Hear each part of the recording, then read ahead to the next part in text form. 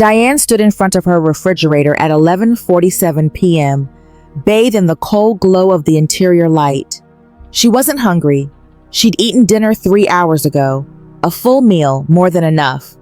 But her hand reached for the leftover pasta anyway, then the ice cream, then the bag of chips she'd promised herself she'd save for tomorrow. Within 20 minutes, she'd consumed another meal's worth of food, standing alone in her dark kitchen, the only sound the hum of the refrigerator and her own chewing.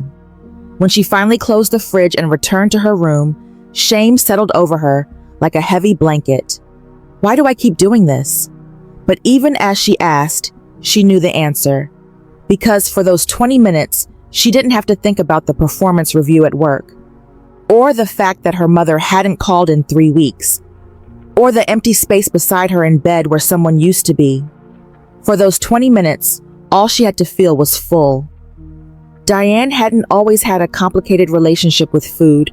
Growing up, meals were simple, functional. Her mother cooked, they ate together. Food was fuel, nothing more. But somewhere in her 20s, after the breakup with James, the one who'd blindsided her by moving across the country without even discussing it, food became something else. Comfort, distraction, control in a life that felt increasingly out of control. She remembered the exact moment it shifted. The night after James left, Diane had sat on her couch crying, feeling like someone had carved out her insides. Her roommate had ordered pizza, trying to help. "You need to eat something," she'd said gently. Diane had taken a bite, not because she was hungry, but because her friend was trying to be kind. And for just a moment, one beautiful fleeting moment, the pain stopped. Not because the pizza was that good, but because her brain, overwhelmed by grief, found a different sensation to focus on. Taste, texture, fullness. It was a relief, so she took another bite and another. By the end of the night, she'd eaten half the pizza and fallen asleep on the couch, physically uncomfortable but emotionally numb. It was the best she'd felt in days, and a pattern was born. 5 years later, Diane's relationship with our food had become a secret she carried everywhere. At work, she ate normally, salads at lunch with coworkers, polite portions at office celebrations, but alone at home? That was a different story. Drive-thrus she'd visit after dark. Delivery orders she'd place from restaurants far enough away that no one would recognize her. Grocery bags she'd hide in the trunk until she could smuggle them into her apartment when no one was looking. She'd eat until she was uncomfortably full, then hate herself for it, then promise tomorrow would be different. But tomorrow never was. Her friend Lisa noticed first. They met for coffee one Saturday morning, and Lisa studied Diane with concerned eyes. "Are you okay? You look tired." "I'm fine, just busy with work." "Di, I'm serious. When's the last time you actually took care of yourself? Like, really took care of yourself?" Diane stirred her coffee, avoiding eye contact. "I take care of myself." "Do you? Because I called you 3 times this week and you didn't answer. You've canceled our last 4 plans, and you barely post on social media anymore. It's like you're disappearing." I'm going through some stuff." "What stuff? Talk to me." But Diane couldn't. How could she explain that she was drowning in shame over something as simple as eating? That she spent half her paycheck on food she'd consume in secret and immediately regret? That she felt completely out of control but couldn't seem to stop? "It's nothing," Diane said.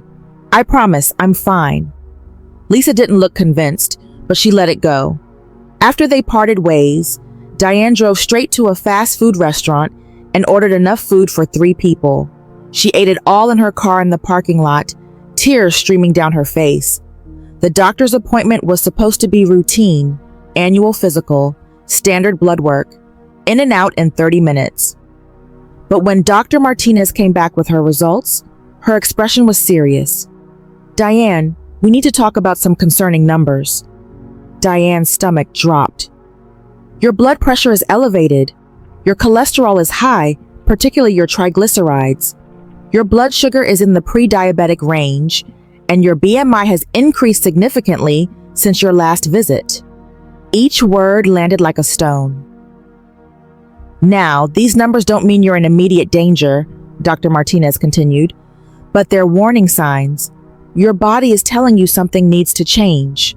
Diane nodded, numb. "I'm going to recommend some lifestyle modifications. Diet, exercise, stress management.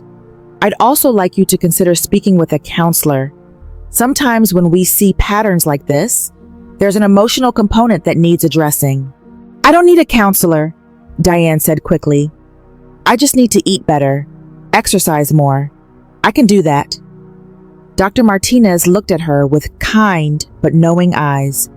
"Diane, I've been doing this a long time, and I've learned that sustainable change rarely happens through willpower alone, especially when food is being used to manage emotions rather than fuel the body." The words hit too close to home. "Just think about it," Dr. Martinez said gently. That night, Diane stood in front of her bathroom mirror, really looking at herself for the first time in months. When had this happened? She barely recognized the woman staring back. The weight gain was obvious, but it was more than that. Her eyes looked hollow, tired, sad. She thought about Dr. Martinez's words, "When food is being used to manage emotions rather than fuel the body." Was that what she was doing? She thought about the late-night binges, the way she turned to food whenever she felt anxious, lonely, stressed, bored. The way eating was the only thing that made her feel better, even temporarily. Yes, that's exactly what she was doing. Food had become her drug, her escape, her God. Sunday morning came, and for the first time in months, Diane dragged herself to church. She'd been avoiding it, partly because Sunday mornings were when she liked to sleep in after staying up late eating, partly because she felt too ashamed to face people who knew her before. But something about the doctor's appointment had shaken her enough to try. The worship was beautiful. The sermon was about idolatry, about the things we turn to instead of God when life gets hard. Pastor Angela spoke gently but directly. An idol isn't always a golden statue. Sometimes it's a substance, a relationship, a habit, anything that we run to for comfort instead of running to God. Diane felt her throat tighten. "And here's the thing about idols," Pastor Angela continued. "They always promise to satisfy, but never deliver. They offer temporary relief but long-term bondage. They whisper, 'Just one more time and you'll feel better.' But you never do. Not really. Not lastingly." Tears slipped down Diane's cheeks. If you're struggling with something you can't seem to control, if there's a habit or substance or behavior that has you in its grip, I want you to know something. You're not too far gone. God's grace is sufficient. His power is made perfect in weakness. But you have to stop running to the idol and start running to Him. After service, Diane sat in her car and cried. Really cried. The kind of crying that comes from deep places you've been avoiding for years. She pulled out her phone and with trembling fingers, typed a message to Pastor Angela. "I need help. I don't know how to stop. Can we talk?" The response came within minutes. "Absolutely. How about Tuesday evening?" And Diane, "I'm so proud of you for reaching out. That's the hardest step." Tuesday evening, Diane sat across from Pastor Angela in a small office at the church. "Tell me what's going on," Pastor Angela said gently. And for the first time, Diane told the truth. All of it. The late night binges, the shame, the secret eating, the way food had become the thing she turned to for every emotion, good or bad, but especially bad. "I don't understand why I can't just stop," Diane said, voice breaking. "I know it's hurting me. I know it's wrong, but I can't seem to. I feel like I'm trapped." Pastor Angela nodded. "Diane, what you're describing is what happens when something becomes an idol. It stops being about the thing itself, food, in your case, and becomes about what you're asking it to do for you. You're asking food to be your comforter, your stress reliever, your companion, but it wasn't designed to be those things. So what do I do? First, you have to get honest about what you're really hungry for. It's not food. Food is just the easiest thing to grab when you're actually hungry for peace or love or security or worth. You have to identify the real hunger. Diane thought about this. I think I'm just lonely and scared. Work is stressful. My family is distant. I'm single, and I just feel like I'm failing at life. And food is the only thing that makes me feel better, even for a little while. That makes sense, and it's not wrong to want comfort. But we have to redirect where you're seeking it. Instead of the refrigerator, what if you started turning to God? Actually talking to Him honestly about what you're feeling? I've tried praying, Diane admitted, but it doesn't feel like food feels. It doesn't give me that immediate relief. No, it doesn't, Pastor Angela agreed. And that's the problem with idols. They give immediate but temporary relief. God often works more slowly but more deeply. Real healing takes time. Real transformation requires surrender. She leaned forward. Diane, I'm going to recommend something, and I want you to really consider it. I think you need to work with both a counselor and a nutritionist. This isn't just a spiritual issue, though it is that. It's also emotional and physical. You need support in all three areas. Diane wanted to argue, but she was too tired, too broken. Okay, she whispered. I'll try. The first week was the hardest. Diane met with a Christian counselor named Dr. Reeves, who helped her start unpacking the emotions beneath the eating. Every time you feel the urge to eat when you're not physically hungry, Dr. Reeves said, I want you to pause, just for 5 minutes, and ask yourself, what am I actually feeling right now? What am I trying to avoid or escape? It sounded simple. It was excruciating. Because when Diane actually stopped and asked those questions, the answers were painful. I'm lonely. I'm scared I'll always be alone. I feel like a failure. I'm angry at my mother for being so distant. I'm sad that I wasted so many years on this. The emotions she'd been eating to avoid came flooding in, and without food to numb them, they felt overwhelming. She called Pastor Angela one night, crying. I can't do this. It hurts too much. I know, Pastor Angela said gently. But Diane, you've been avoiding this pain for years, and avoiding it hasn't made it go away. It's just made it grow. The only way out is through. What if I can't do it? You can't, not alone. But you're not alone. God is with you. I'm with you. Your counselor is with you. And I want you to do something right now. What? I want you to pray. Not a pretty prayer. Not the words you think you should say. Just talk to God like you talk to me. Tell Him exactly how you feel. Diane took a shaky breath. God, she began, voice breaking. I'm scared. I'm so scared. I don't know how to do this. I don't know how to feel all these things without eating. I don't know how to trust that you'll be enough when food has felt like the only thing that helps. Please, please help me. I can't do this alone. The words felt small and inadequate, but as she prayed, something shifted. Not dramatically, not miraculously, just slightly. A small sense of peace, of not being completely alone. It wasn't much, but it was something. Progress was slow, non-linear, messy. Some days were good.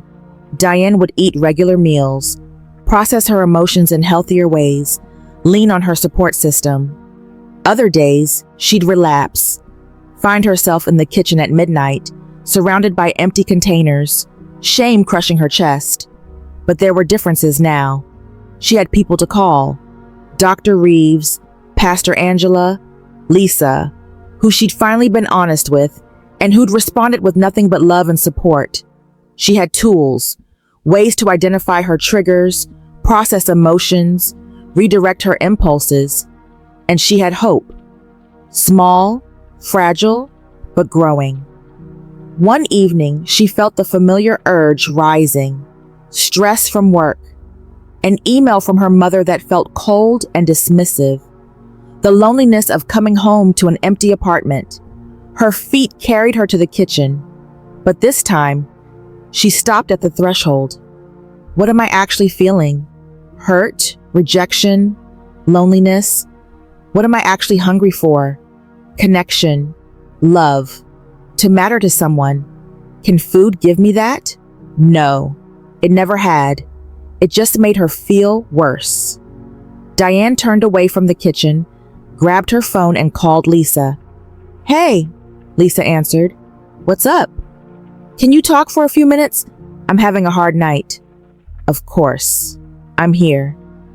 They talked for an hour about nothing and everything. Work frustrations and family dynamics and dreams for the future. When they hung up, Diane realized something. The urge to eat had passed, not because she'd white-knuckled her way through it, but because she'd gotten what she actually needed: connection, presence, care. It was a small victory, but it felt monumental. 6 months later, Diane stood in front of her church, hands trembling as she held the microphone. Pastor Angela had asked if she'd be willing to share her testimony, and after weeks of prayer, Diane had said yes. "My name is Diane," she began, "and for years, food was my God." The congregation was silent. "I didn't realize that's what it was. I just thought I had a problem with willpower, with discipline. I'd tell myself I'd do better tomorrow, and then tomorrow would come, and I'd fail again." She took a breath. "But the truth is, I was asking food to do what only God could do. I was asking it to comfort me, complete me, satisfy me. And it couldn't. It never could.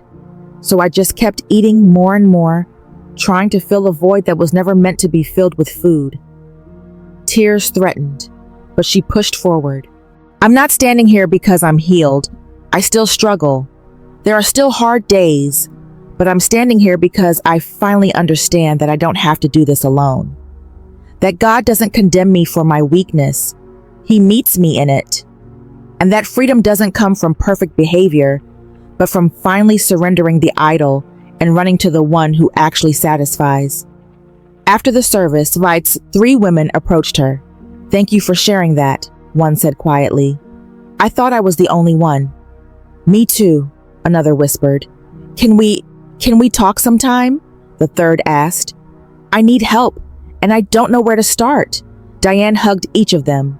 "Yes, absolutely yes." 1 year later, Diane sat at her kitchen table, the same kitchen where she'd spent so many nights standing at the refrigerator, eating in secret, drowning in shame. But tonight was different. She had a bowl of pasta in front of her, not eaten standing up in the dark, but sitting down at the table she'd actually set with a placemat and candle. She took a bite, chewed slowly, tasted it. It was good, just food, not comfort, not escape, not God, just food. Her phone buzzed, a text from her small group, women from church who met weekly to support each other through various struggles. Reminder, meeting tomorrow night. Can't wait to see everyone. Diane smiled and replied, "I'll be there." She finished her meal, washed her dish, and went to her room. On her bedside table sat her journal, a practice Dr. Reeves had recommended. She opened it and wrote, "Dear God, thank you for today, for normal meals eaten without shame, for progress, even when it's slow, for friends who love me through my mess, for teaching me that you are enough, that I don't have to run to other things to find comfort when I can run to you. I'm still learning, but I'm learning, and that's enough for today." She closed the journal, turned off the light, and fell asleep. Not perfectly, Not without struggles, but peacefully. For the first time in years, peacefully. 2 years into her journey, Diane stood in her doctor's office on Website waiting for her test results. Dr. Martinez came in with a smile. "Diane, I have to say I'm impressed." "Good news?" "Very good. Your blood pressure is normal. Cholesterol is in a healthy range. Blood sugar is excellent. You've lost weight, but more importantly, your overall health markers are fantastic." Diane exhaled. "Thank you." "What did you do? What finally clicked?" Diane thought about how to answer. "I stopped trying to fix it alone. I got honest about what the real problem was, and I learned to feed my soul instead of just my stomach." Dr. Martinez nodded. "Whatever you're doing, keep doing it. It's working." That Sunday, Diane led a new support group at church for women struggling with food, body image, and emotional eating. 8 women sat in the circle. Some were new, some had been coming for months. "Let's start with check-ins," Diane said gently. "How was everyone's week?" One by one they shared victories and struggles, good days and hard days, progress and setbacks. When it came back to Diane, she smiled. "This week was good. I had one really hard moment, stress at work, and I felt that old pull to the kitchen. But instead, I called my accountability partner. We talked, we prayed, and the moment passed." She looked around the circle. "That's what I want you all to hear. The moments pass. They feel overwhelming in the middle of them, but they pass. And every time you choose something different, every time you run to God instead of the idol, you get a little bit stronger, a little bit freer." A new woman, tears in her eyes, raised her hand. "What if I keep failing? What if I can't stop?" Diane's voice was full of compassion. "Then you keep getting back up. You keep asking for help. You keep surrendering. Because God's grace is new every morning.